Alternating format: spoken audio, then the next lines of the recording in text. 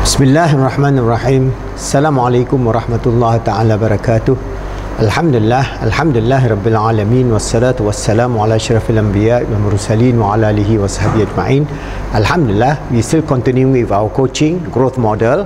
As I mentioned to you, G is for goals setting, R is for reality check, O is for option and obstacles, W is for will, free will and way forward, T is for tactics and tools, and H is for habits. So we are discussing on tactics in terms of the tools and tactics that we are going to use. And I have brought this back idea of the nature of Islamic psychology or the psyche of Muslim is that we are a spiritual being. That means our vertical plane of our spiritual, emotional and mental realm, alright, our raw, qab and akal that is integrated within our psyche is built in together with physicality. But we're not saying that's inside or outside. This one later on we can understand from the perspective of Islamic metaphysics, the Ash'ari school and the Maturidi school. You don't have to worry about that. But basically what we are saying is that our raw, qalb and akal, they are one, but they are functionality. Alright, even our jasad is within this framework, because if you go backward into the nature of even our physicality, it is a jawhar or an atom, which has no point and so on. So this is explained very deeply in terms of the metaphysics of Islam and so on. But we are not dwelling into that. We are dwelling only from the psychological application of this understanding of the nature of the human self, insofar as how we're going to improve ourselves in this world and achieve the greatest of success in this world and the hereafter. So our horizontal plane, always situation or circumstances is affected by what? It's affected by loci of control. So we have two loci of control. Our situation and circumstances can be affected whether it's external loci of control or internal loci of control, and then it will trigger, the situation will trigger thoughts. Alright, these thoughts will then trigger our emotion, and this emotion will trigger feelings, and these feelings will then trigger action, and this action will trigger result. So it is the acronym STEFAR, STEFAR. Remember this, because in our coaching methodology we are using the STEFAR method. This is at the physical plane, but along the way, as you are progressing in terms of the human psyche, Islamic understanding, we get feelings from the realm of intuition, because our consciousness come from where? Suddenly a thought come, oh, I can solve this problem this way. Where does it come from? Oh, I remember this will solve my problem.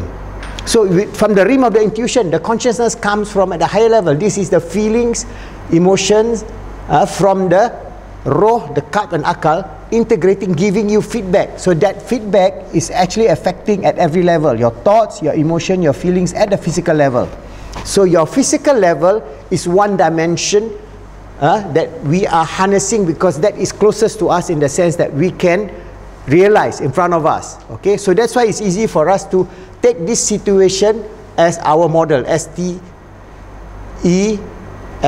STEFAR, realizing that actually from the Islamic perspective we have the realm of the raw, the qalb and akal, and from there comes intuition, firasat. It also comes within the understanding, ilham from Allah subhanahu wa ta'ala, and from that realm. So Allah showers this interconnectedness of the human psyche insofar as we have this consciousness, the integrated self and the positive inner speech coming from this realm, coming down to our physical thoughts, emotion and feelings that will affect our action, our result, and how we become successful or failure in life. Alright, that will give you a basic mechanism, but I'm going to take this as a basis for a future understanding of the tools that you can use in terms of the STEFAR tool, in terms of how you can relate these tactics or tools to your coachee, somebody who's having a problem. So I will show you how you go about with it.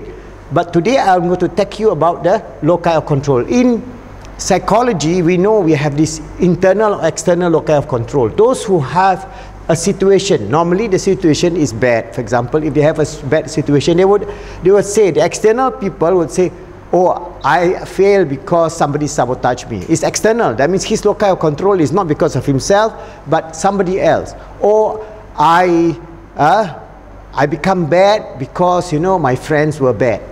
You know, so it is always external. So they do not accept the internal challenges that they face. So everything is blaming on others. They are always blaming on others, but not on themselves. So you have a lot of people that everything is external to them. Oh, the world is unfair. I do not succeed in business because the world is unfair. Or because the rich take all the money and I'm poor, so I have no money.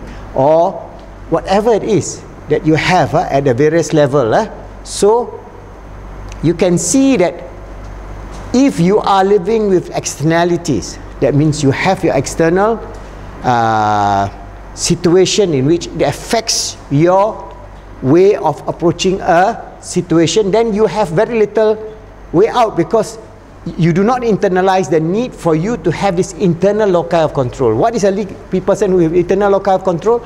You understand that your situation is basically your thoughts, emotion and feelings that is causing your action as a reaction to your situation, and the result that you get, failure or difficulties or no job or addiction or whatever it is, has to do with your internal locus of control. And it is combined. That means we are not saying that it's all internal.